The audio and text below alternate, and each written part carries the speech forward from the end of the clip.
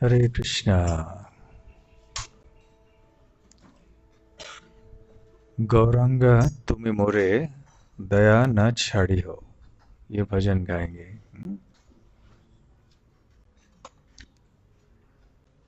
गौरंग तुम मोरे दया न छाड़ी हो,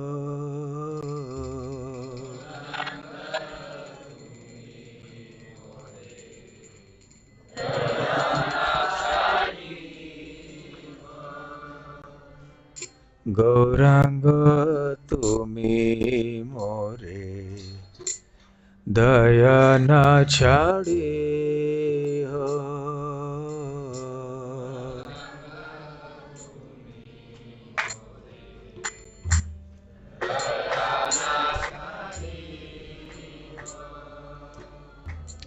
आपन कोरिया रंग चरणे राखी हो,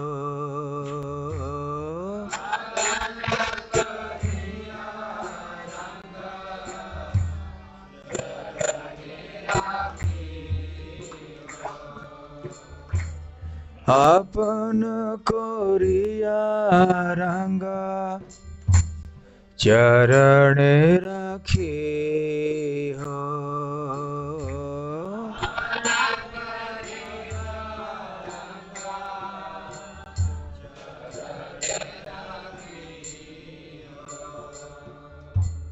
तोमार चरण लागी सब त्यागेलु,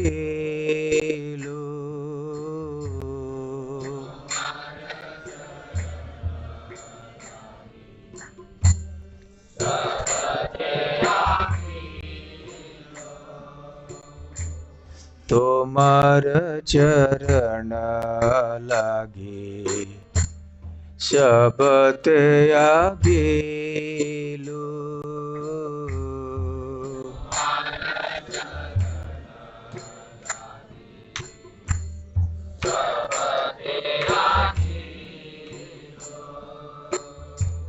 शीतल चरण पाया शरण लइलु,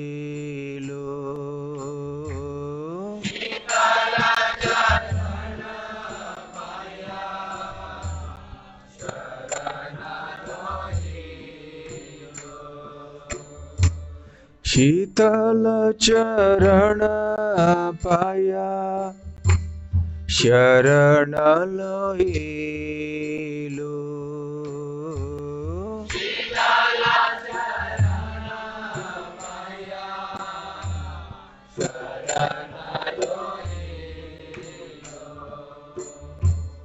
एकुले ओकुले मोहि दिलु तिलांजलि,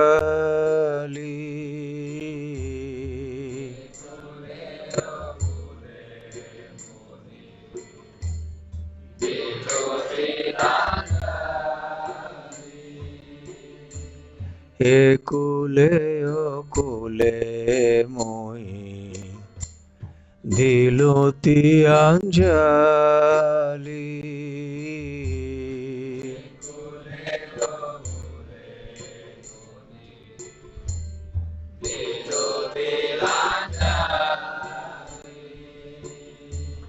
राखियो चरणे मोरे आपनार बोली,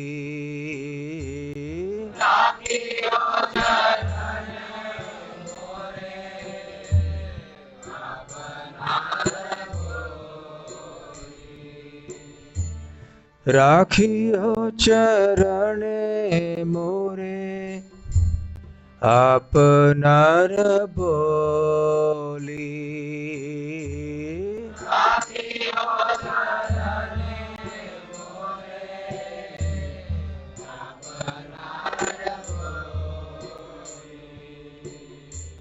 वासुदेव घोष बोले चरण धोरिया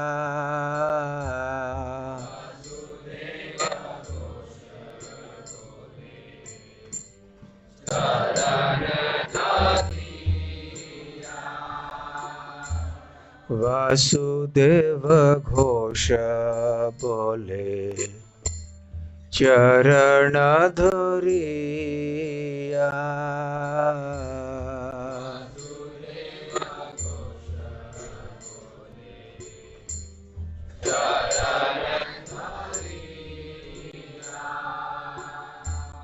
कृपा करी राखो मोरे पद छाया दिया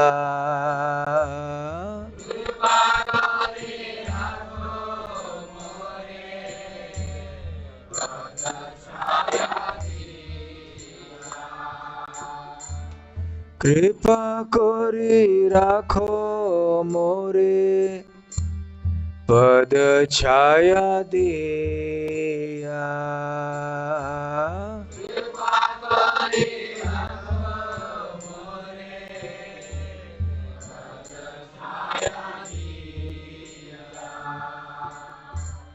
गौरांग तुमी मोरे दया न छाड़िया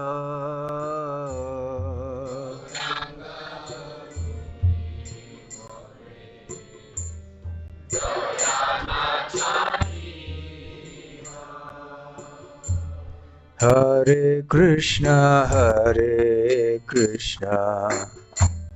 कृष्ण कृष्ण हरे हरे हरे राम राम राम हरे हरे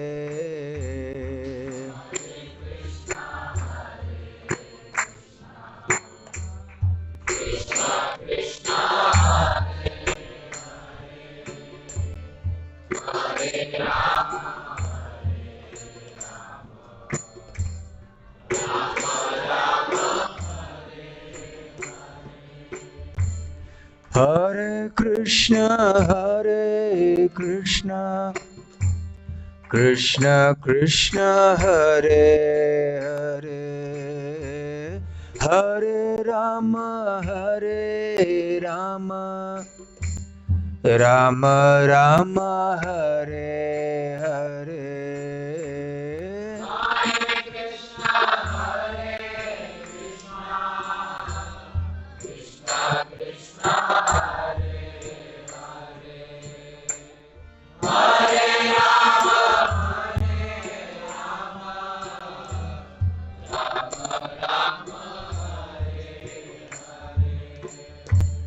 गौरांग तुमी मोरे दया न छाड़िया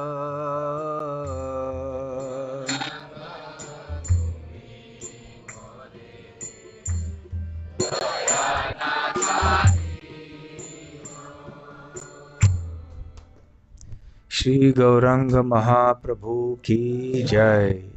श्री गौरांग महाप्रभु आविर्भाव दिवस महोत्सव की जय। गौर प्रेमानंदे हरि हरि बोल। ओम ज्ञानतिमिरान्धस्य ज्ञानाञ्जनशलाकया चक्षुरुन्मीलितं येन तस्मै श्रीगुरवे नमः। श्रीचैतन्यमनोभीष्टं स्थापितं येन भूतले स्वयं रूप कदा मह्यं ददाति स्वपदान्तिकं। वन्देऽहं श्रीगुरुं श्रीयुतपदकमलं श्रीगुरून् वैष्णवांश्च श्रीरूपं साग्रजातं सहगण रघुनाथान्वितं तं सजीवं साद्वैतं सावधूतं परिजनसहितं कृष्णचैतन्यदेवं श्रीराधाकृष्णपादां सहगण ललिता श्रीविशाखान्वितांश्च नमो ओं विष्णुपादाय कृष्णप्रेष्ठाय भूतले श्रीमते भक्तिवेदांत स्वामिन्निति नामिने। नमस्ते सारस्वते देवे गौरवाणी प्रचारिणे निर्विशेष शून्यवादी पाश्चात्य देश तारिणे वाञ्छाकल्पतरुभ्यश्च कृपा सिन्धुभ्य एव च पतितानां पावनेभ्यो वैष्णवेभ्यो नमो नमः। जय श्री कृष्ण चैतन्य प्रभु नित्यानंद श्री अद्वैत गदाधर शिवासादि गौर भक्त वृंद। हरे कृष्णा कृष्णा कृष्णा हरे हरे, हरे राम राम राम हरे हरे।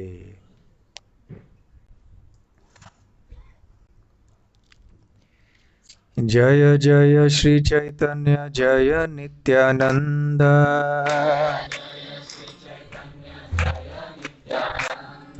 जय अद्वैत चंद्र जय गौर भक्त वृंद।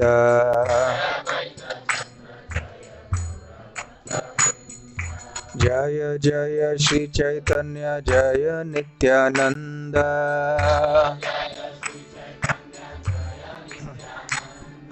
जय अद्वैत चंद्र जय गौर भक्त वृंद।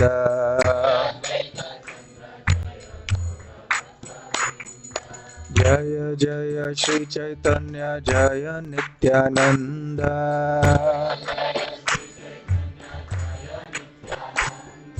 जय अद्वैत चंद्र जय गौर भक्त वृंद।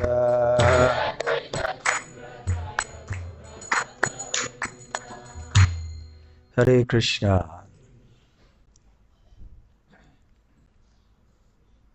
कल शाम को चर्चा ये हो रही थी, केशव काश्मीरी दिग्विजय पंडित नवद्वीप में पधारे हैं और अकेले नहीं आए हैं। हाथी घोड़ा पाल की जय कन्हैया लाल की बोलने के बजाय हाथी घोड़ा पाल की जय दिग्विजय पंडित की, केशव काश्मीरी की, ऐसे जय घोष से सब अंदर आ रहे थे और खबर सब जगह फैल गई कि ये सरस्वती की कृपा पात्र व्यक्ति हैं, बहुत बड़े पंडित हैं और हमारा तो अपमान यहाँ पर निश्चित है। इसलिए सारे पंडित अलग अलग बहाने बनाकर इधर उधर चले गए।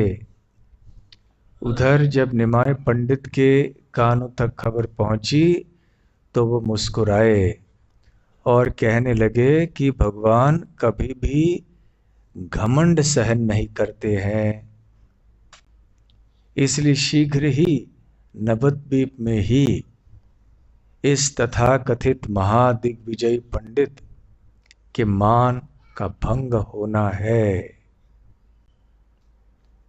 और महाप्रभु ने उस समय दोहराया, इस बात पे जोर दी उन्होंने कि कैसे नम्रता ये होना बहुत आवश्यक है हर एक व्यक्ति को। और जब गंगा के तट पर निमाय पंडित अपने छात्रों के साथ बैठे हुए थे तो वहां पर गंगा का दर्शन करने के लिए केशव काश्मीरी आए। और जब आए वहां पर तो क्या दृश्य था, क्या दृश्य देखा उन्होंने, ये अभी चैतन्य भागवत में बता रहे हैं वृंदावन दास ठाकुर। अपूर्व देखिला दिग्विजय सुविस्मिता, मन भावे ए बूझी निमाई पंडिता।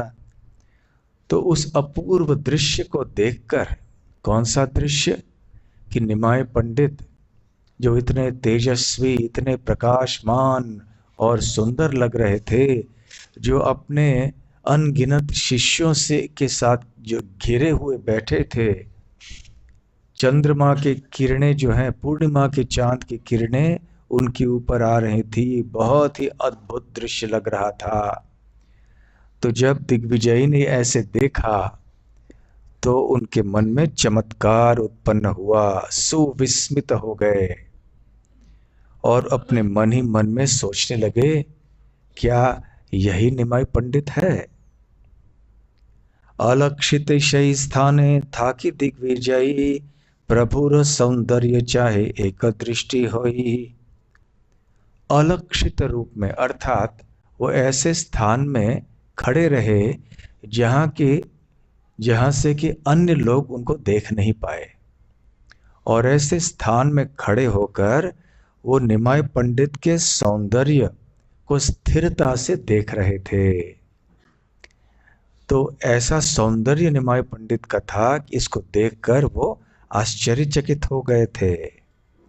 और फिर पास में एक निमाय पंडित के छात्र थे, तो उनको पूछा कि इनका नाम क्या है, और उस छात्र ने उत्तर दिया कि यही है वो प्रसिद्ध विख्यात निमाय पंडित। और उस समय दिग्विजय पंडित सभा में पधारे और गंगा के तट पर आए और गंगा को उन्होंने प्रणाम किया, नमस्कार किया, और निमाय पंडित के भरी सभा में उन्होंने प्रवेश किया। और जैसे ही निमाय पंडित ने दिग्विजय पंडित केशव काश्मीरी को देखा तो मुस्कुराए और बड़े आदर पूर्वक उनको बैठने के लिए एक स्थान दिया। वृंदावन दास ठाकुर कहते हैं, परम निशंक से दिग्विजयी आर, तबु प्रभु देखिला साध्वस होइलो तार। वैसे दिग्विजय पंडित निशंक थे, परम निशंक, अर्थात वैसे वो डरते नहीं थे, क्योंकि इतना विजय प्राप्त कर लिया था उन्होंने सबके प्रति, और इतने बड़े विद्वान थे, तो उनके लिए डर की बात क्या थी। जब कोई बहुत बड़ा शक्तिशाली व्यक्ति किसी एक बालक के सामने आता है, या किसी अन्य साधारण व्यक्ति के सामने आता है, तो उसे डर नहीं होता है ना। वो तो बड़ा पहलवान होता है, उसने बड़े बड़े पहलवानों को हरा दिया होता है, तो डर किस बात की होती है उसको। जो कमजोर व्यक्ति है वो डरता है। तो साधारणतः दिग्विजय पंडित को जीतने की इतनी आदत थी, इतने सालों से उनका सामना करने के लिए कोई भी योग्य व्यक्ति नहीं आया था, तो इसलिए उनका स्वभाव था कि वो किसी से डरते नहीं थे। फिर भी जब अब निमाय पंडित को देखा उन्होंने, देखते ही साध्वस होइलो तार, तो उनके मन में भय उत्पन्न हो गया। ईश्वर स्वभाव शक्ति यही मत होए, देखिते ही मात्र ताने साध्वस जन्माए। ईश्वर का स्वभाव है कि ईश्वर स्वभाव शक्ति यही मत होए, कि जब उनके शक्ति का प्रदर्शन जब भगवान करते हैं, तो उस शक्ति का दर्शन करने मात्र से, देखिते ही मात्र ताने साध्वस जन्माए। जब भगवान श्री कृष्ण अपने शक्ति का लेश मात्र भी कहीं प्रदर्शन करते हैं, तो स्वाभाविक है कि देखने वाले के मन में भय उत्पन्न हो जाता है। तो ठीक ऐसे ही हुआ दिग्विजय पंडित के साथ। और फिर कविराज गोस्वामी, या तो मैं दोनों ग्रंथों के आर पार जा रहा हूं, कभी वृंदावन दास ठाकुर के वर्णन को कह रहा हूं और कभी कविराज गोस्वामी के वर्णन को। तो उस समय कविराज गोस्वामी कहते हैं कि निमाय पंडित उन्होंने क्या किया, बोशाइल तारे प्रभु आदर कोरिया, दिग्विजयी को है मोने अवज्ञा कोरिया। निमाय पंडित ने तो बड़े आदर से उनका स्वागत किया, परंतु क्योंकि केशव काश्मीरी बहुत घमंडी था, उसने उतने ही आदर से निमाय पंडित के साथ बर्ताव नहीं किया। तो खैर इस प्रकार से अभी निमाय पंडित के सामने जब केशव काश्मीरी थे, तो चैतन्य महाप्रभु कहने लगे, उन्होंने क्या और कैसे किस तरह से अपमान किया, अपमान करने का प्रयास किया केशव काश्मीरी ने निमाई पंडित का। व्याकरण पढ़ा हो निमाई पंडित तुम्हार नाम, बाल्य शास्त्री लोके तुम्हार कोहे गुण ग्राम। व्याकरण पढ़ा हो, तुम व्याकरण पढ़ाते हो और निमाई पंडित तुम्हारा नाम है, ऐसे मैंने सुना है। बाल्य शास्त्र लोके तुम्हार कहे गुण ग्राम, और लोके साधारण गांव में गांव के लोग जो हैं तुम्हारे बाल्य शास्त्र, बच्चों को जो व्याकरण पढ़ाते हैं ना, ऐसे व्याकरण पढ़ाते हो तुम, ऐसे मैंने सुना है। और वो तुम्हारे गांव के लोग तुम्हारी प्रशंसा करते हो कि ये बाल्य शास्त्र जो है तुम बहुत अच्छी तरह से पढ़ाते हो। तो इसके कहने का तात्पर्य क्या था कि केशव काश्मीरी कहना चाह रहे थे कि ये जो व्याकरण आदि है ना, ये तो प्रारंभिक शिक्षाएं हैं सब। लेकिन केशव काश्मीरी सोच रहे थे मैं तो व्याकरण के तो बहुत ऊंचे पहुंच गया हूँ, अलंकार इत्यादि सब, इसमें भी मैं एक पंडित बन गया हूँ। तो ये प्राथमिक स्तर का जो ज्ञान है, ये व्याकरण आदि, ये इसको पढ़ाते हैं, ये भी बच्चा है और वो भी बाल्य शास्त्र पढ़ा रहा है सबको। तो इसलिए इस तरह से वो निंदा करना चाह रहा था निमाई पंडित का। तो इसलिए प्रभुपाद जी यहाँ तात्पर्य में बताते हैं कि पहले वैदिक सभ्यता में गुरुकुल में सबसे पहले लोगों को संस्कृत व्याकरण पढ़ाया जाता था, क्योंकि व्याकरण जाने बिना वो अन्य शास्त्रों को कैसे पढ़ पाएंगे, कैसे समझ पाएंगे, और इसको कभी पूरे 12 साल लग जाते थे। तो 5 साल या 8 साल की आयु में जब छात्र गुरुकुल में आ जाता था तो फिर 17, 18, 20 साल की आयु तक वो व्याकरण पढ़ता था। इतने सारे नियम हुआ करते थे और हैं भी व्याकरण के, उनको पढ़ते पढ़ते इतने साल बीत जाते थे।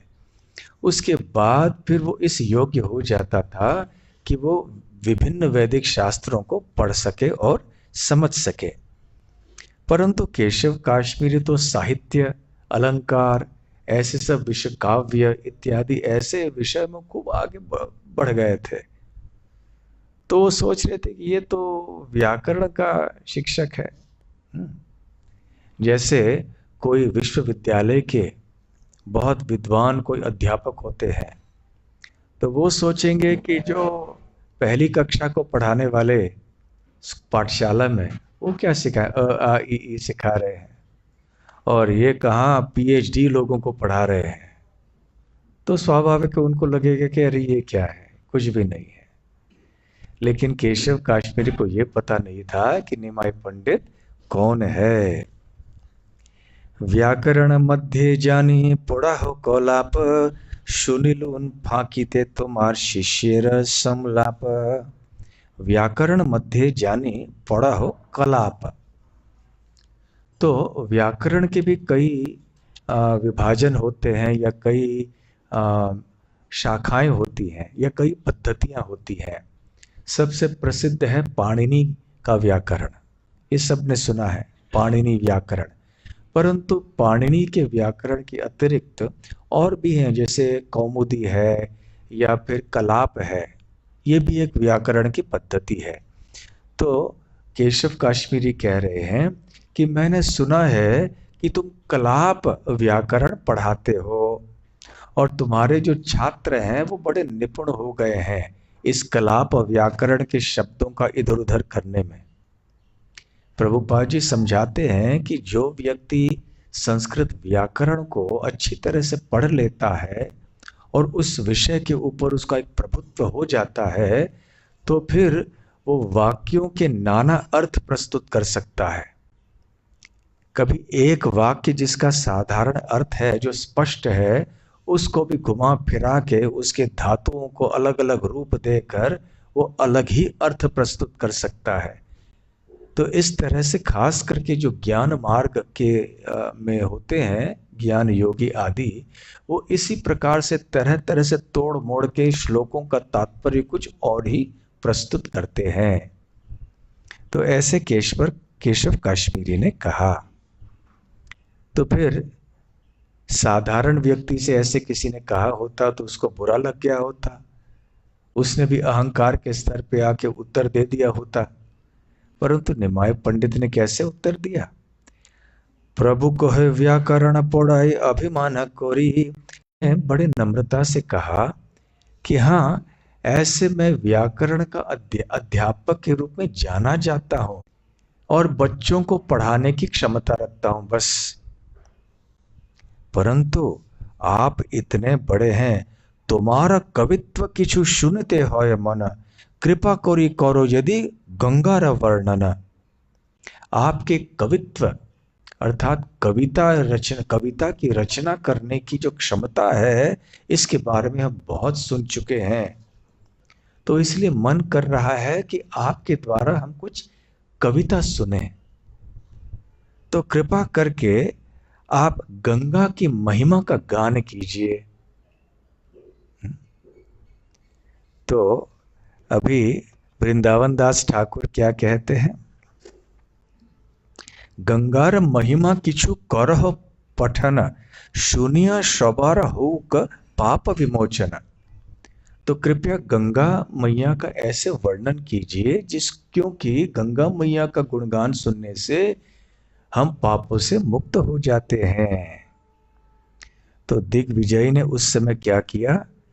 उसी क्षण रचना की गंगा की महिमा की। ऐसा नहीं है कि उन्होंने पहले से रचना की हुई थी और उनको कंठस्थ था। उसी तत्क्षण वहां खड़े खड़े जैसे निमाय पंडित ने उनसे निवेदन किया कि गंगा का गुणगान कीजिए, उसी समय उन्होंने रचना की। कितने श्लोकों की? अनेक श्लोकों की। एक के बाद एक श्लोक कहते गए। और कविराज गोस्वामी कहते हैं, सुनिया ब्राह्मण गर्वे वर्णिते लागिला, घटी एक शत श्लोक गंगारा वर्णिला। जब ऐसे अपनी प्रशंसा सुनी केशव काश्मीरी ने, तो उनका घमंड और बढ़ गया और उसी क्षण उन्होंने घटी का मतलब प्रभुपाद जी कहते हैं 1 घंटा, 1 घंटे के लिए 100 श्लोक उन्होंने गंगा जी के गुणगान में कह दिए। खड़े खड़े। यदि हमें आके कोई कहे कि आप गंगा जी का गुणगान कीजिए, श्लोक बताइए, हम तो रह जाएंगे। क्या कहें गंगा के बारे में? कुछ कहेंगे गंगा जी ऐसी हैं, गंगा जी थोड़े 2 मिनट 5 मिनट कुछ कह देंगे, फिर बाद में कहने के लिए कुछ रह नहीं जाएगा और श्लोकों की रचना तो नहीं कर पाएंगे हम। पहले से तैयारी करनी होती है कि गंगा के बारे में हम क्या बोलेंगे, पढ़ना है, कुछ याद करना है, तब आके कुछ बोल पाएंगे। परंतु केशव काश्मीरी ने क्या किया?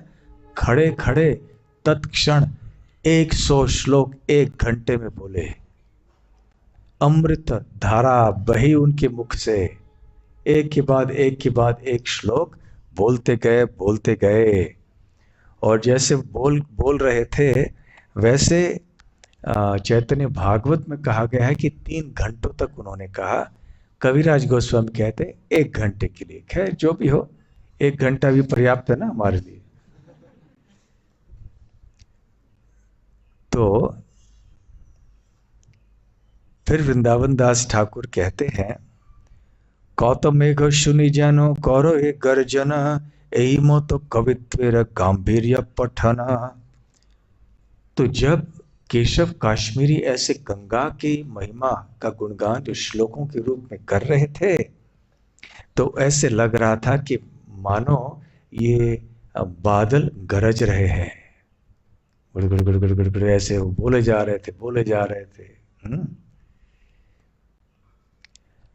जीवाय अपनी सरस्वती अधिष्ठान, जय बुलाए से होय अत्यंत प्रमाण। तो क्योंकि सरस्वती देवी साक्षात उनकी जिह्वा पर निवास कर रही थीं, इसलिए वो जो भी कह रहे थे वो अधिकृत था। मनुष्येर शक्तितः दोषी पे कके, है न विद्यावंत नहीं बूझी पे कके।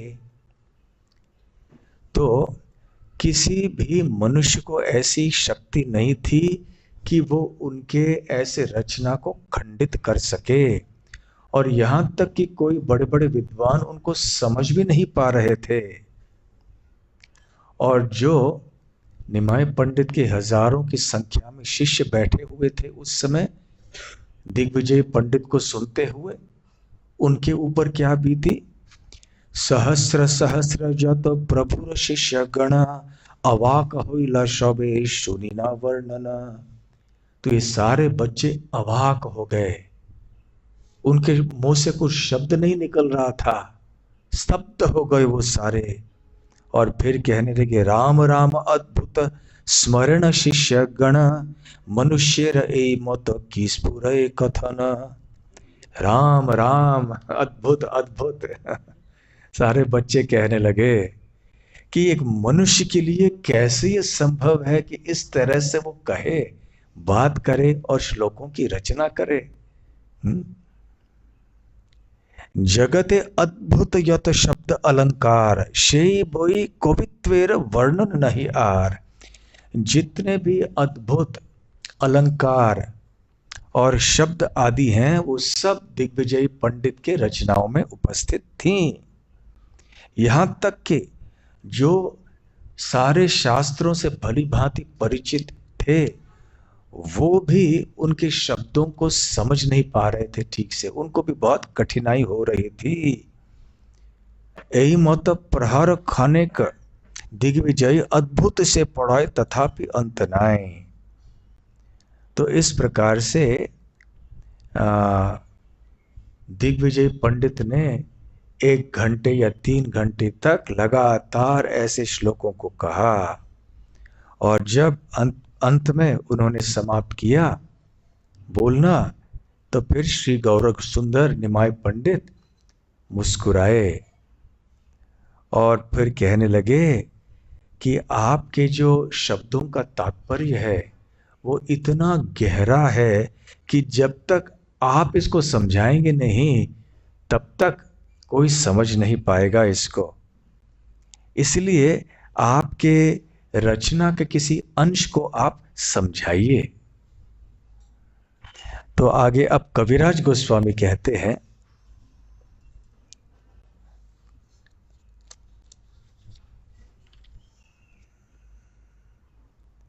कि दिग्विजय ने फिर पूछा उनको, तबे दिग्विजय व्याख्यार श्लोक पूछिल, शत श्लोकेर एक श्लोक प्रभु तो पढ़िल। तो केशव काश्मीरी उनसे पूछा, कौन सा श्लोक सुनाऊं तुमको, कौन से श्लोक की व्याख्या करूं मैं। तो उस समय निमाय पंडित ने उन 100 श्लोकों में से एक श्लोक चुन लिया, और ऐसा नहीं था कि उनके सामने ये लिखा हुआ था, जैसे मैं पढ़ रहा हूं ना, ऐसे नहीं था। निमाय पंडित ने मन में ही सारे 100 श्लोकों को कंठस्थ कर लिया था।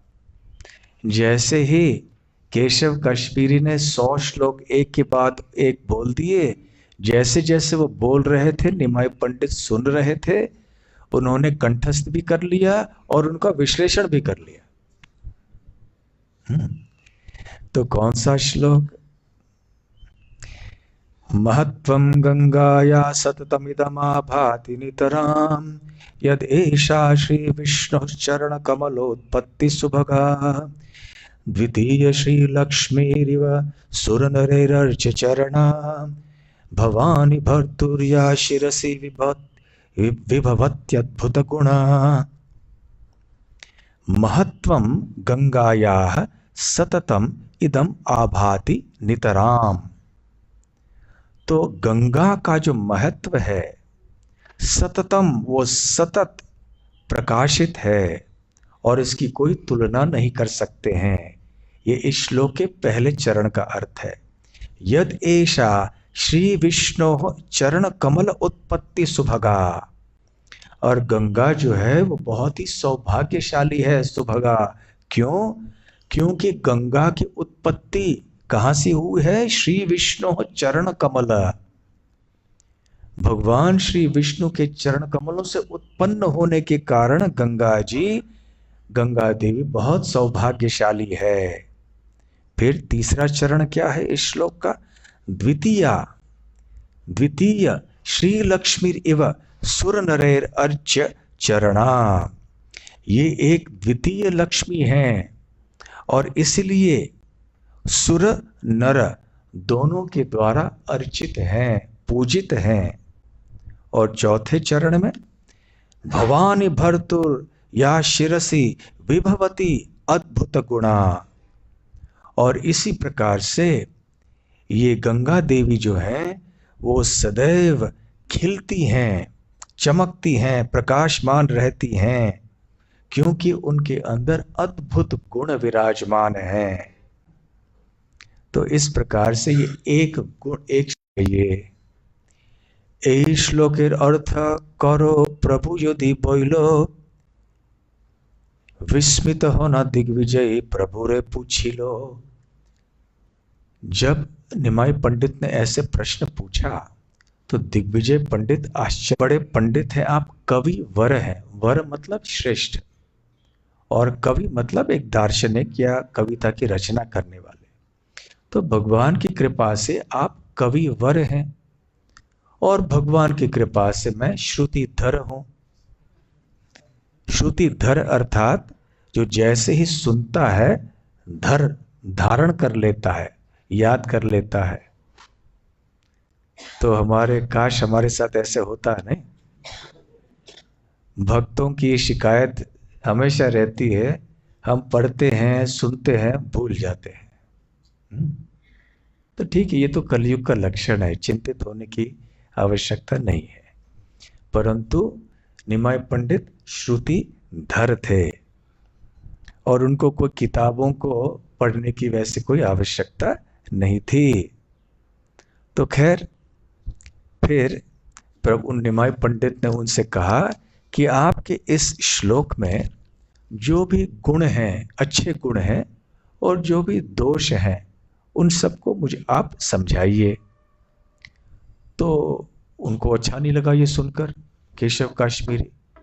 अच्छे गुण तो ढेर सारे हैं मेरे श्लोकों में, इस श्लोक में भी, लेकिन दोष कोई नहीं है। तो निमाई पंडित ने कहा कि मैं आपसे कुछ कहना चाहता हूं, यदि आप क्रोधित न होंगे तो कृपया आपके श्लोक में जो दोष हैं उनका उल्लेख कीजिए। निस्संदेह आपके श्लोक में, इस श्लोक में, आपकी कविता में तरह तरह की प्रतिभाएं हैं और निश्चित ही भगवान संतुष्ट हुए होंगे। परंतु यदि हम गौर से, ध्यान से विश्लेषण करें इस श्लोक के, तो हमें न केवल गुण दिखाई पड़ेंगे परंतु दोष भी दिखाई पड़ेंगे। तो उस समय उनके अहंकार को चोट पहुंच गया। व्याकरणीय तुम्हें नहीं पढ़ो अलंकार, तुम की जानी बे एक कवित्वेर सार। तुम तो व्याकरण के एक छोटे से छात्र हो और अध्यापक हो, अलंकार, कवि, काव्य इत्यादि इसके बारे में क्या जानते हो? तुम कैसे टीका कर पाओगे कि क्या गुण है, क्या दोष है? तो फिर से निमाई पंडित ने एक नम्र स्थान लिया और वो कहने लगे, मैं आपके स्तर का नहीं हूं, तो मैं केवल आपके द्वारा व्याख्या करने से सीखना चाहता हूं कि कौन से गुण और दोष आपकी रचना में हैं। तो निश्चित ही मैंने अलंकार इत्यादि का अध्ययन नहीं किया है, परंतु मैंने अधिकृत लोगों से सुना है इसके बारे में, और इसलिए आपके श्लोक का विश्लेषण करके तो मैं बता सकता हूं कि आपके श्लोक में गुण अच्छे कौन से हैं और दोष कौन से हैं। तो फिर केशव काश्मीरी ने कहा कि ठीक है, बताओ कौन से दोष हैं, कौन से गुण हैं मेरे इस एक श्लोक में। फिर चैतन्य महाप्रभु ने वर्णन करना शुरू कर दिया। उन्होंने कहा, पंच दोष ए श्लोके पंच अलंकार, क्रमे आमे कही सुनो करह विचार। आपके इस श्लोक में 5 दोष हैं और 5 अच्छे गुण हैं, 5 अलंकार हैं। अलंकार क्या होते हैं? जब कोई रचना होती है, चाहे वो कविता हो या कोई गद्य हो, पद्य हो, कोई भी हो, उसको हम सजाते हैं हमारे शब्दों को, अलंकार, और आकर्षक बनाते हैं तरह तरह से, तो इनको अलंकार कहते हैं। अलंकार भी कई वर्ग होते हैं। तो अब ये कह रहे हैं निमाय पंडित उनसे कि 5 दोष हैं और 5 अलंकार हैं।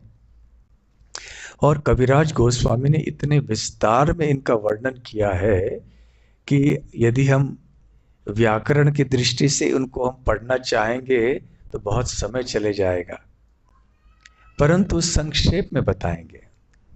उन्होंने कहा कि देखिए, आपके इस श्लोक में 5 दोषों में से 2 दोष ऐसे हैं जिनको अविमृष्ट विधेयांश कहते हैं। 2 ऐसे उदाहरण हैं। तो ये दोष क्या है? अविमृष्ट विधेयांश।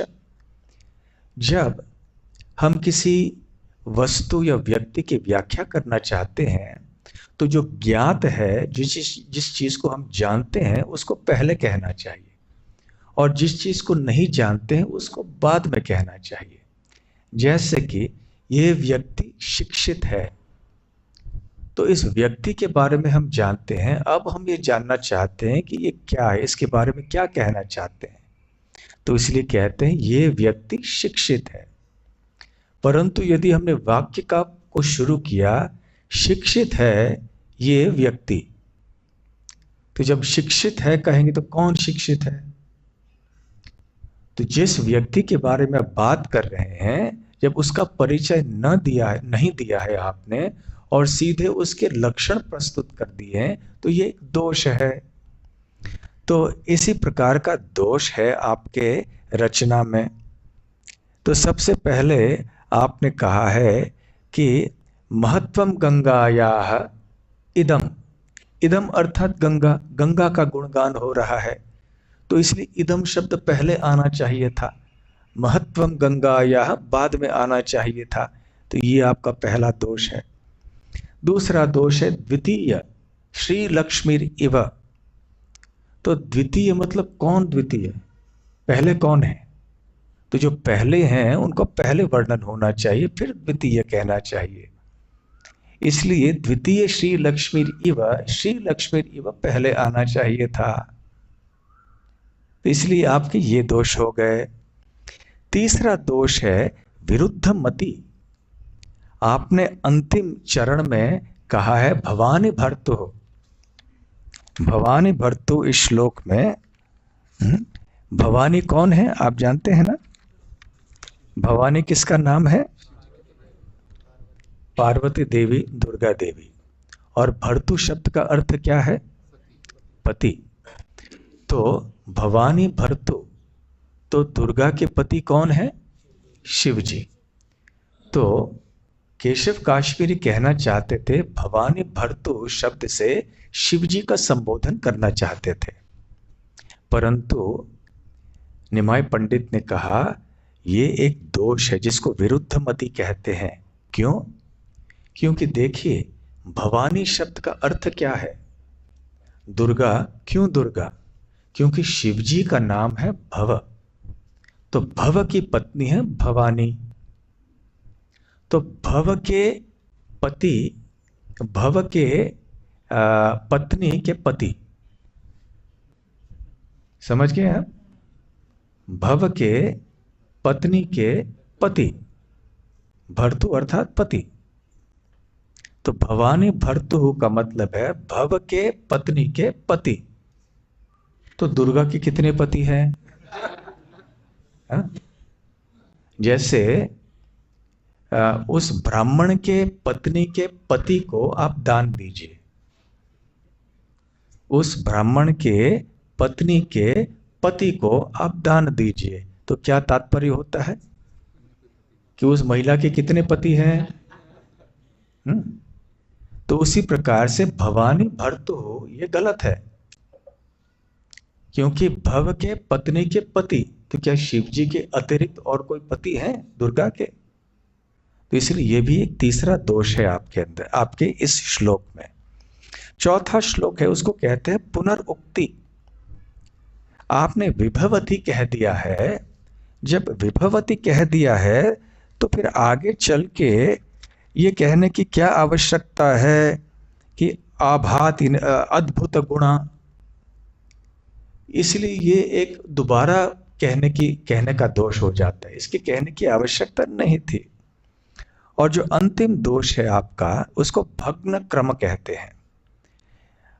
भग्न क्रम क्या है कि आपने ये अलंकार जिसको अनुप्रास कहते हैं, इसका प्रयोग किया है। अनुप्रास में क्या होता है, जब किसी अक्षर को उसी चरण में बार बार दोहराया जाता है, जैसे र र र र या त त त, अलग अलग शब्दों में त त त आ जाता है, तो ये अनुप्रास है, एक अलंकार है। तो आपने ये पहले, तीसरे और चौथे चरण में त त त, र र र, भ भ भ ऐसे किया है, परंतु दूसरे पंक्ति में, दूसरे चरण में ऐसे कोई अनुप्रास नहीं है, तो क्रम भंग हो गया। जैसे देखिए, अंतिम चरण में भवानी भर्तु या शिरसी विभवती अद्भुत गुण, तो भ भ कई बार आ गया, भवानी में आ गया, भर्तु में आ गया, विभवती में आ गया, अद्भुत में आ गया, परंतु दूसरे चरण में ऐसे है ही नहीं। तो इस प्रकार से उन्होंने 5 दोष बतलाए और 5 अच्छे गुण भी बतलाए। अभी व्याकरण की इतनी व्याख्या करने की आवश्यकता इस समय नहीं है, सब लोग फिर सो ही जाएंगे। तो इतना कहना तात्पर्य है, पर्याप्त है इस समय, कि उन्होंने जिस प्रकार से 5 दोष बताए इस श्लोक में, तो 5 अच्छे गुण भी बताए हैं।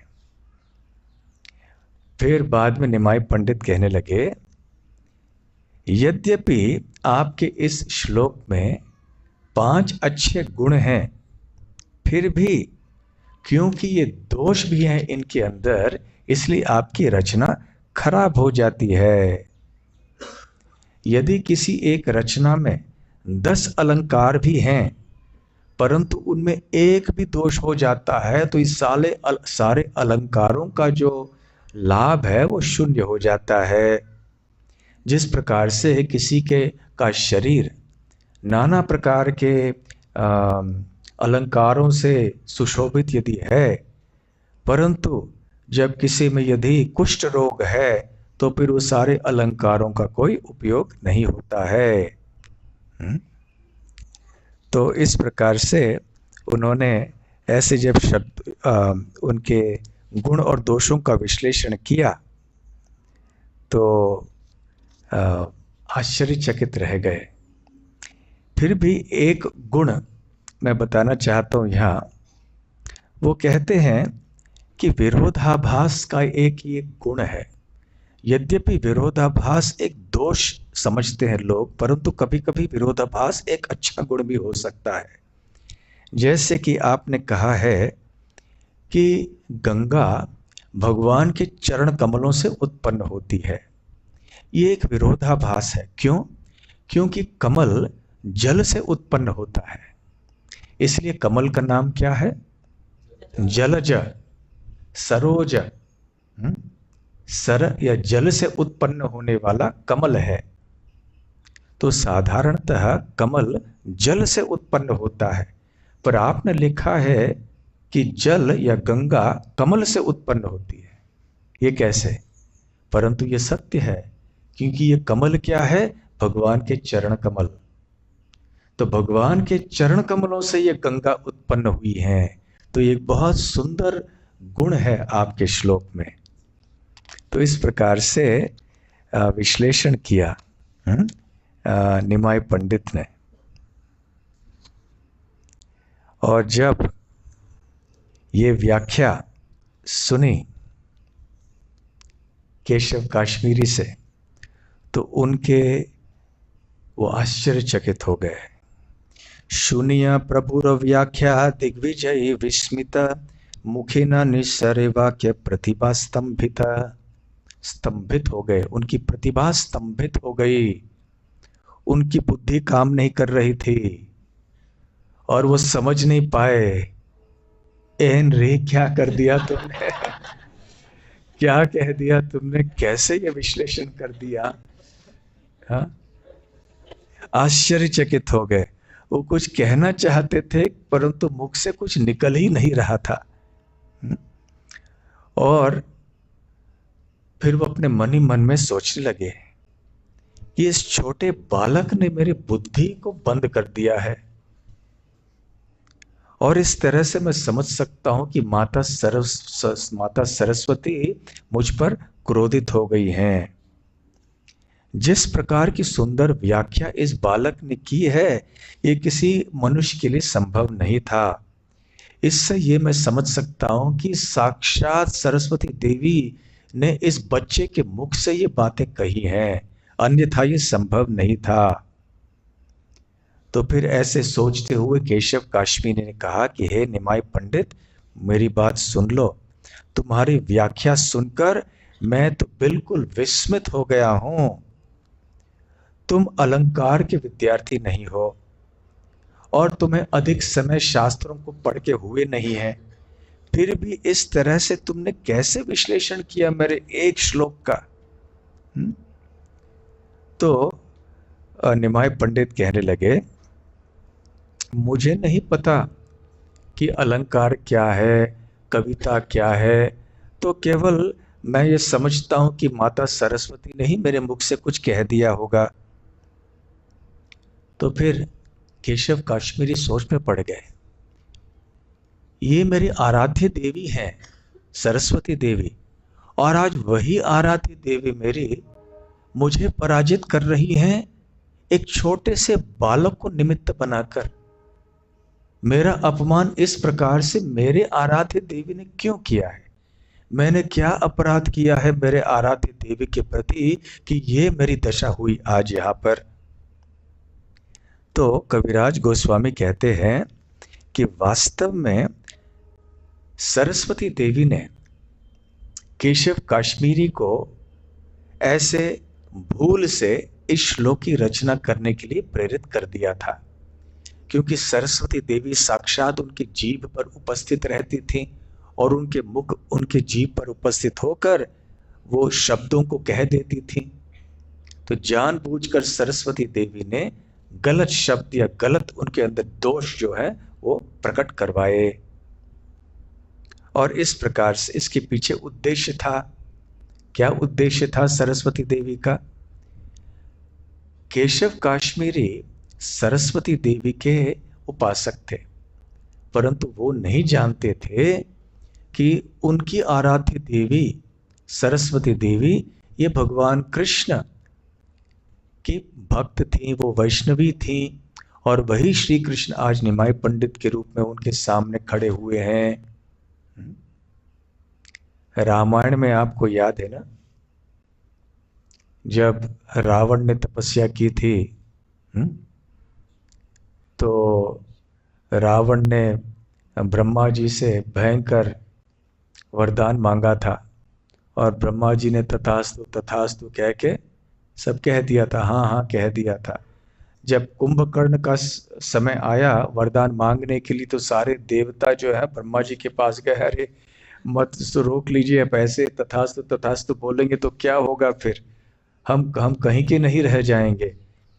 तो उस समय ब्रह्मा जी ने इशारा किया सरस्वती देवी को, क्योंकि वो उनकी पत्नी है, कुछ कीजिए आप। तो सरस्वती देवी समझ गई, तो वो कुंभकर्ण के जीभ पर आकर खड़ी हो गई, और जैसे ब्रह्मा जी ने कहा कि वरदान मांगो, तो कुंभकर्ण मांगना चाहता था इंद्रासन, इंद्र का आसन, परंतु सरस्वती देवी की कृपा से क्या मांग लिया? निद्रासन। तो कहना चाह रहा था कि इंद्रासन प्रदान कीजिए, कह दिया निद्रासन प्रदान कर दीजिए। और एक चीज जो कुंभकर्ण मांगना चाहता था वो क्या था? कि ये ब्रह्मांड निर्देवत्वम हो जाए। देवत्वम, देव जो देवलोक हैं, देवता हैं, ये ब्रह्मांड उनसे मुक्त हो जाए। निर्देवत्वम, परंतु क्या शब्द निकला? निद्रत्वम, निद्रा हो जाए मुझे। तो ब्रह्मा जी तो इसी की राह देख रहे थे, तुरंत तथास्तु कह डाला। इसके पहले कि वो अपने शब्द को बदल ले, उसको पता चले कि ये क्या हो गया, उन्होंने वरदान दे ही दिया और देकर फिर शांति से बैठ गए, चलो अब तो और गड़बड़ नहीं होगा। तो इसी प्रकार से सरस्वती देवी भी कभी कभी भक्तों के माध्यम से बात करती हैं, कभी कभी अपने उपासकों के जीभ पर बैठ के बात करती हैं, कभी कभी दुष्ट लोगों के जीभ पर बैठ के भी कुछ ऐसी बात कह देती है जिनको फिर वो व्यक्ति सोचने लगता है, अरे ये क्या हो गया। कभी कभी ऐसे होता है ना, हमारे मुंह से कुछ निकल जाता है, फिर बाद में हम पछताते हैं क्या हो गया, मैंने क्या कह दिया। आपका अनुभव कभी हुआ है ऐसे? आप में से कितने भक्तों ने कुछ कह दिया है और बाद में पछताया? कह दिया सबके साथ होता है। तो कभी कभी हम तो इतने बड़े नहीं हैं कि सरस्वती देवी आके कुछ ये कहे, परंतु जब बड़े बड़े ऐसे विद्वान होते हैं उनको भी भ्रमित कर सकती हैं सरस्वती देवी। तो उस समय जब केशव काश्मीरी पराजित हो गए तो चैतन्य महाप्रभु के शिष्य छात्र वो हंसने लगे, परंतु निमाई पंडित ने उनको रोका, नहीं नहीं ऐसे हंसना नहीं चाहिए। और निमाई पंडित ने केशव काश्मीरी से क्या कहा? तुम्ही बड़ पंडित महाकवि शिरोमणि, जार मुखे बाहिराय आइछे कव्य कव्य वाणी। आप महापंडित हैं, महाकवि हैं, महाकवि शिरोमणि हैं आप, इसलिए तो आपके मुख से ऐसे सुंदर कविता आदि निकलती हैं। तुम्हारा कवित्व जैनो गंगा जल धारा, तुम समा कवि को था नहीं देखी यार। आपके मुख से जो कविता निकलती है वो गंगा जल की धारा के समान है। आपकी तरह कोई कवि यहाँ पर इस पृथ्वी पर नहीं है। भवभूति जयदेव आर कालिदास, तासबार कवित्व आछे दोषेर प्रकाश। अब देखिए आपको मैं थोड़ी सांत्वना दे रहा हूं। भवभूति, जयदेव और कालिदास जैसे महान महान कवि हुए हैं, उनकी रचनाओं में भी कभी कभी ऐसे दोष दिखाई पड़ते हैं, परंतु ऐसे दोषों को हमें इनके ऊपर ध्यान नहीं देना चाहिए। हमें यह देखना चाहिए कि कैसे उन्होंने उनकी अपनी कवित्व की शक्ति को प्रदर्शित किया है। और खास करके जब कोई भगवान के भक्त बोलते हैं तो उनकी रचनाओं में हमें ज्यादा दोष नहीं देखने चाहिए। कभी कभी भक्तों में उच्चारण में गलतियां हो जाती हैं, कभी उनके रचनाओं में कोई व्याकरण की गलती हो सकती है। एक बार जब श्रील प्रभुपाद जी के शिष्य कोई श्लोकों का, ईशोपनिषद ऐसे कोई कहीं से श्लोकों का उच्चारण कर रहे थे तो उनके सामने एक संस्कृत पंडित भी बैठे थे।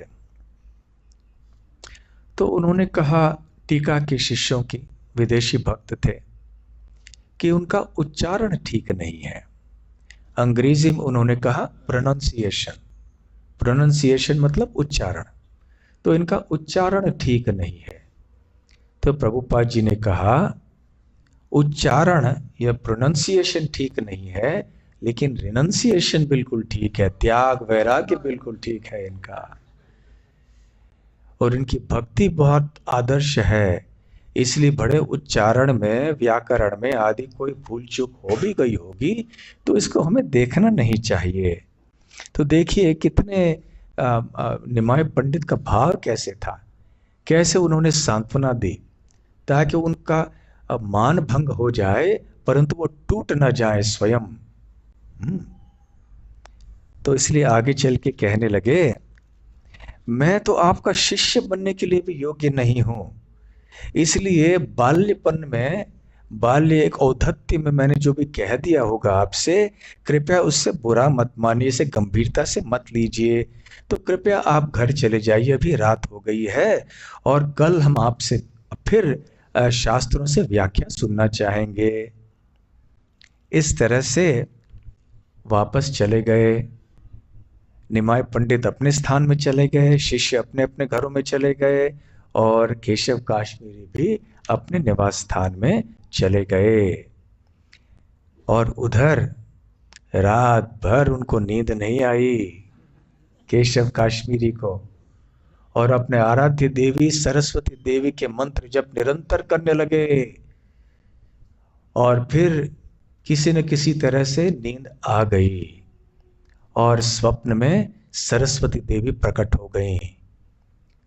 और फिर केशव काश्मीरी ने उनसे पूछा, क्या अपराध किया मैंने आपके चरणों में देवी, कि आपने इस तरह से मुझे हरा दिया सबके सामने, और वो भी एक छोटे बच्चे के द्वारा आपने मुझे हरा दिया। तो बताइए कि मेरा क्या अपराध हुआ था। तो सरस्वती देवी ने उनको समझाया कि देखो, तुम्हारा अहो सौभाग्य है, तुम नहीं जानते हो कि किनके सामने तुम्हारा पराजय हुआ है। ये निमाय पंडित कोई साधारण मनुष्य नहीं है, ये साक्षात भगवान श्री हरि श्री कृष्ण है। अभी मनुष्य रूप में यहाँ पर लीला कर रहे हैं नवद्वीप में। एक व्याकरण के पंडित, व्याकरण के अध्यापक का रूप उन्होंने स्वीकार किया है, परंतु यह स्वयं श्री हरि जो मेरे आराध्य देव हैं।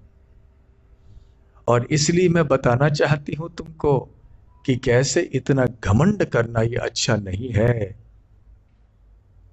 तो देखिए कितने निपुणता से, कितने प्रेम से मेरे आराध्य देव ने तुम्हारे मान का भंग किया, फिर भी तुम्हें समाज के सामने अपमानित नहीं किया। तो इसलिए जाओ, अब उनका शरण ग्रहण करो जाके।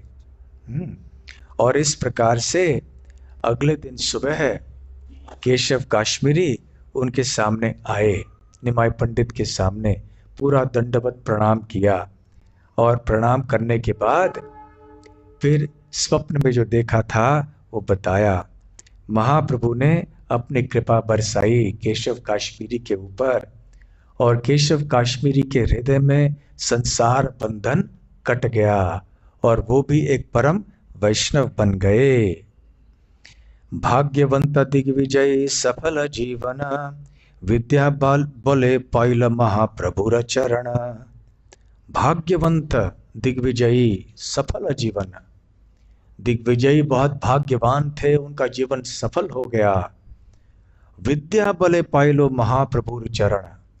साधारणतः ऐसे घमंडी जो विद्वान होते हैं, ये भगवान के चरण कमलों को प्राप्त नहीं कर सकते हैं, परंतु ये इतने भाग्यवान थे कि अपने विद्या के बल पे उन्हें भगवान की कृपा प्राप्त हुई। तो कविराज गोस्वामी कहते हैं कि वृंदावन दास ठाकुर ने इन घटनाओं का वर्णन विस्तार में किया है चैतन्य भागवत में, परंतु केवल जिन घटनाओं का वर्णन उन्होंने नहीं किया है, उनको मात्र मैंने अपने शब्दों में कहने का प्रयास किया है। तो अंत में यहाँ पर वृंदावन दास ठाकुर कहते हैं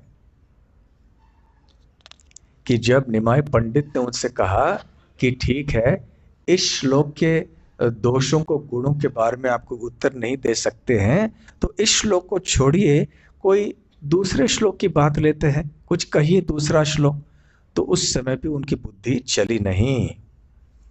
और इस प्रकार से जब वो आश्चर्यचकित हुए तो वृंदावन दास ठाकुर कहते हैं, लक्ष्मी सरस्वती आदि जत योग माया, अनंत ब्रह्मांड मोहे जहां सबर छाया। तो ये दिग्विजय पंडित भ्रमित हो गए निमाय पंडित के सामने। कौन से आश्चर्य की बात है। जब ब्रह्मा जी, अनंत शिव जी, जो कि सारे सृष्टि का सृजन, पालन और संहार करते हैं, जब वो भी भगवान के सामने भ्रमित हो जाते हैं और वेद साक्षात भी भ्रमित हो जाते हैं, तो फिर दिग्विजय पंडित भ्रमित हो गए, इसमें कौन से आश्चर्य की बात है। तो इस प्रकार से वृंदावन दास ठाकुर कह रहे हैं कि उन्होंने फिर सरस्वती देवी के पास गए। सरस्वती देवी ने बहुत बड़े कृपा से उनको समझाया, और फिर चेतावनी दी। सरस्वती बोले न, सुनो विप्रवर, वेद गोप्य कही ए तुम्हारा गोचरा। मैं तुम्हें वेदों के गुह्य बातें बता रही हूं। कारो स्थाने कहो यदि यही सकल कथा, तो भी तुम्हें शीघ्र होबे अल्पायु सर्वथा। जार ठानी तुम्हार होइलो पराजय, अनंत ब्रह्मांड नाथ से ही सुनिश्चय। अब वेदों का सार मैं तुम्हें बता रही हूं, और तुमने यदि किसी को ये बात कह दी, तुम्हारी निश्चित मृत्यु शीघ्र हो जाएगी। ये बहुत रहस्यमय बात मैं तुम्हें बता रही हूं, किसी को जाके कहना नहीं कि जिनसे तुम्हारी हार हो गई वो साक्षात परब्रह्म भगवान श्री हरि है। मैं उनकी नित्य दासी हूं, और उनके सामने प्रकट होने के लिए भी मैं लज्जित रहती हूं। तो इसलिए तुम्हें बुरा नहीं मानना चाहिए। यद्यपि हे ब्राह्मण, मैं साक्षात तुम्हारे जीभ पे उपस्थित होकर मैं बोलती हूं, फिर भी मेरे प्रभु के सामने मेरी कोई शक्ति नहीं रहती है। यहां तक कि अनंत देव ब्रह्मा जी आदि भी कुछ नहीं कर सकते। इस प्रकार से और भी बहुत विस्तार में उन्होंने कह दिया। वो भगवान का गुणगान करने लगी। तो फिर सुबह प्रातः काल में जब आए तो वार्तालाप उनका सुंदर ढंग से हुआ, और भगवान श्री चैतन्य महाप्रभु ने उनके ऊपर बहुत बड़ी कृपा की। और सारे श्लोक हम बोलते जाएंगे तो और 1 घंटा लग जाएगा, इसलिए यहीं पर इस कथा को आज समाप्त करते हैं। और इतना कहना पर्याप्त है कि आगे चल के केशव काश्मीरी जो है वो निम्बार्क संप्रदाय के एक बहुत बड़े भक्त बने, आचार्य बने। उन्होंने वेदांत सूत्र के ऊपर भी टीका लिखी, और उनका जो आश्रम है, उनका भजन कुटीर आदि है, वो राधा कुंड के पास में है। आप में से जो भक्त राधा कुंड की परिक्रमा कर चुके हैं, आपको याद होगा। तो इस प्रकार से श्री चैतन्य महाप्रभु ने अपने किशोर लीला में दिग्विजय पंडित केशव काश्मीरी का उद्धार किया और उनको वैष्णव बनाया। और इस लीला के द्वारा उन्होंने सारे जगत के लिए बहुत महत्वपूर्ण उपदेश दिए। श्री गौरांग महाप्रभु की जय। श्री गौर पूर्णिमा महोत्सव की जय। गौर प्रेमानंदे हरि हरि बोल। हरे कृष्णा।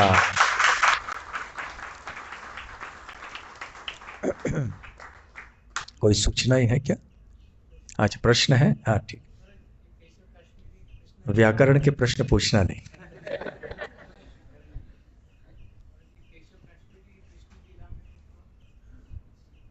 केशव काश्मीरी कृष्ण लीला में कौन है? अच्छा, ये याद नहीं है मुझे। केशव काश्मीरी वो देख के बताएंगे, आज शाम को बताएंगे।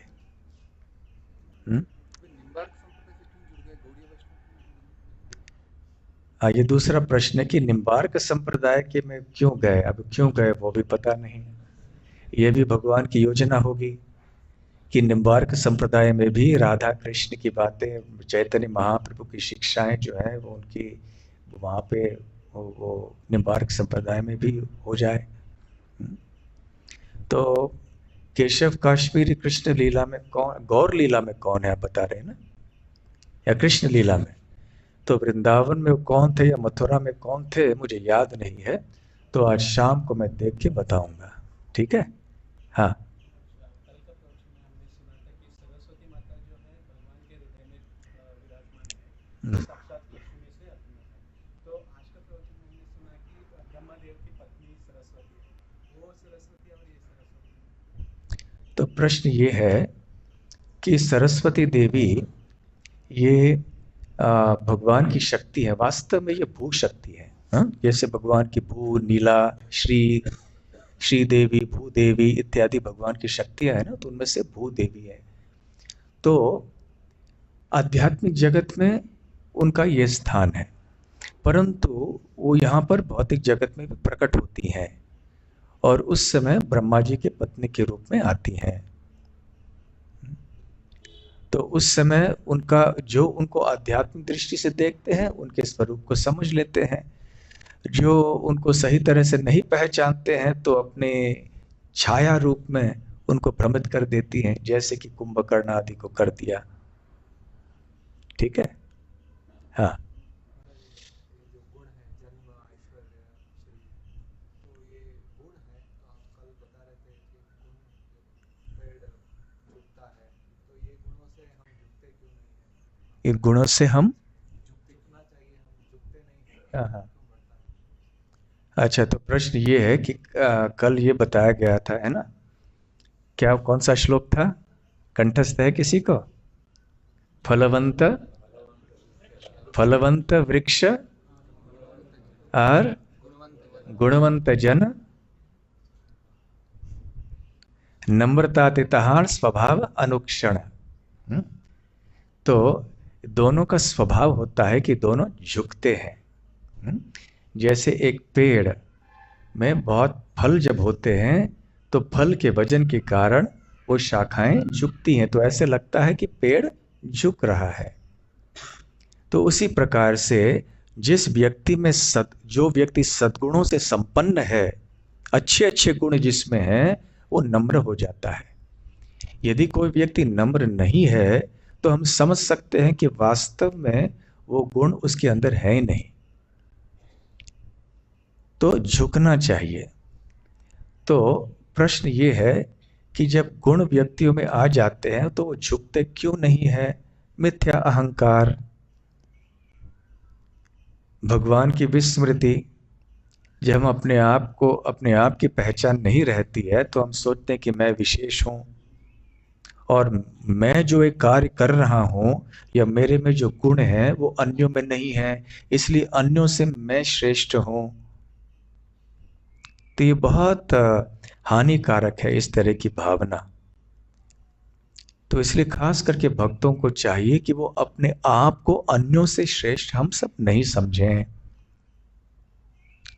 चाहे वो अभक्त हो भक्त हो। ये नहीं सोचना है कि मैं इनसे अधिक श्रेष्ठ हूं क्योंकि मैं ये कार्य करता हूं, ये कार्य करता हूं जो कि वो नहीं करते, या मेरे अंदर ये गुण है वो गुण है जो कि अन्यों में नहीं है। तो ये मिथ्या अहंकार है जिससे कि भगवान श्री कृष्ण प्रसन्न नहीं होते हैं। ठीक है। और कोई प्रश्न है? हाँ।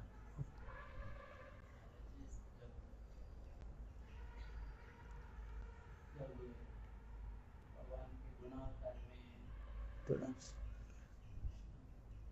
भगवान के गुणावतार में ब्रह्मा जी, शिव जी, कृष्ण जी आते हैं। ब्रह्मा जी भी सदगुण में रहते हैं, शिव जी भी सदगुण में रहते हैं। तो हम कैसे समझ सकते हैं कि भौतिक गुण में, भौतिक ब्रह्मांड में आते हैं तो ब्रह्मा जी के पत्नी के रूप में सरस्वती आते थे,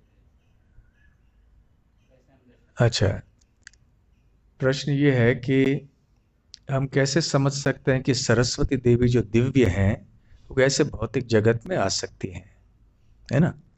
ये भी एक लीला है ना। तो ब्रह्मा जी भी जब भक्त होते हैं तो वो भी शुद्ध होते हैं, शिव जी भी परम वैष्णव हैं, तो दुर्गा देवी का वो भी परम है। दुर्गा देवी साधारण नहीं है, दुर्गा देवी भी दिव्य हैं, जैसे हमने कल सुना ना रात को। कि चाहे वो दुर्गा देवी हो, सरस्वती देवी हो, ये सब वास्तव में विष्णु स्वरूपिणी है।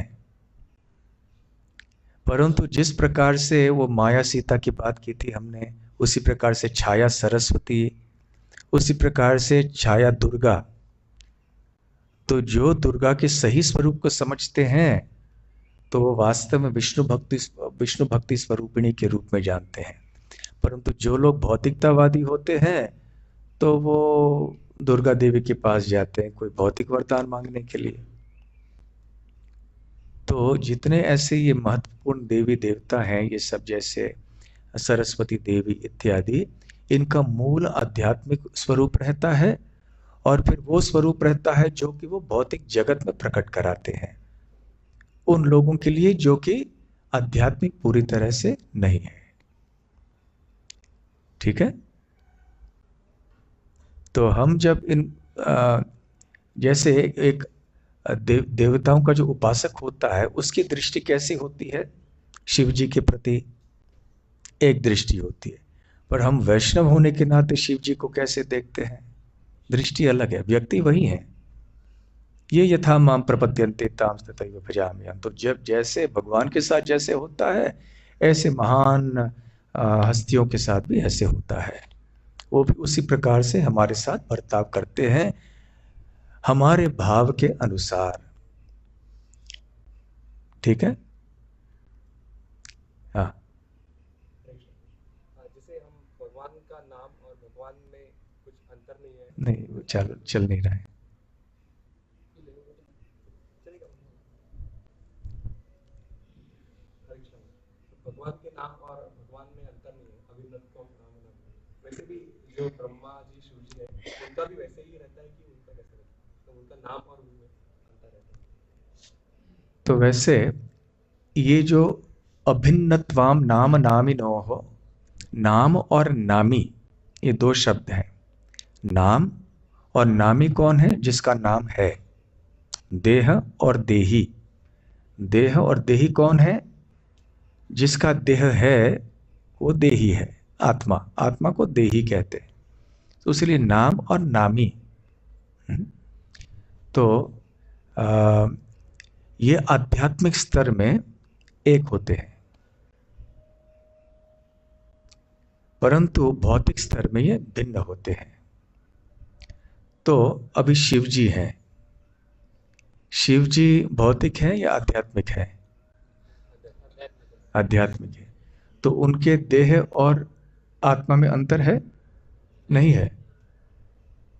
यदि हम चैतन्य चरितामृत पढ़ें तो शिव जी के मूल स्वरूप को यदि हम जानेंगे तो हम समझ पाएंगे कि शिव जी वास्तव में दिव्य स्तर में रहते हैं, सच्चिदानंद स्वरूप उनका है, उनका भी। तो जैसे जैसे जो भी व्यक्ति हो हमारे पूजनीय, वो किस तरह से कितने पूर्ण आध्यात्मिक है नहीं है उसके ऊपर निर्भर करता है, और कहने वाले की भावना भी कैसी है उसके ऊपर निर्भर करता है। जैसे कोई हरिनाम भी ले रहा है परंतु उसको समझ में नहीं है, उसकी वो समझ नहीं है कि हरि या कृष्ण है कौन क्या है, तो वो भौतिक दृष्टि से सोच रहा है, तो उसके लिए भी कृष्ण आध्यात्मिक नहीं हो जाते, क्योंकि उसकी भावना वैसी है, उसकी समझ वैसी है।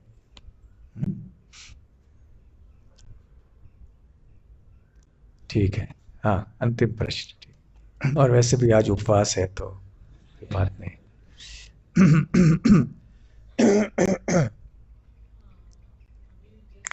थोड़ा जोर से, वॉल्यूम थोड़ा बढ़ाना उसका। हाँ, महाराज जी, जैसे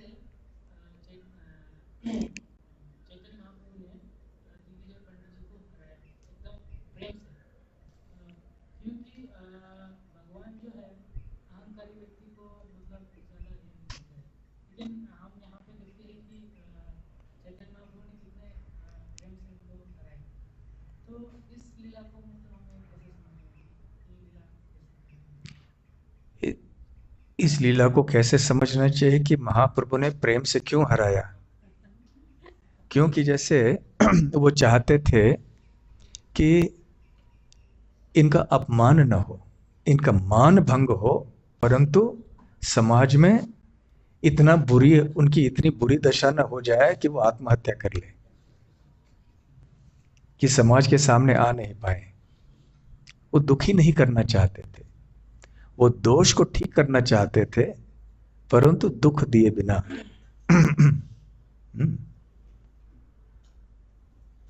ये भगवान की निपुणता है। तो भगवान के चरण कमलों में चल के हमें भी ऐसे ही बर्ताव करना चाहिए। किसी के अंदर दोष भी देखते हैं, और यदि हमारा स्थान है कि उनको दोष से मुक्त करना, तो इस तरह से करना चाहिए दोष मुक्त, कि वो दोष से भी मुक्त हो जाए और उसको बुरा भी नहीं लगे। ये हमारी निपुणता के ऊपर है, कैसे हम दक्ष हैं या नहीं है।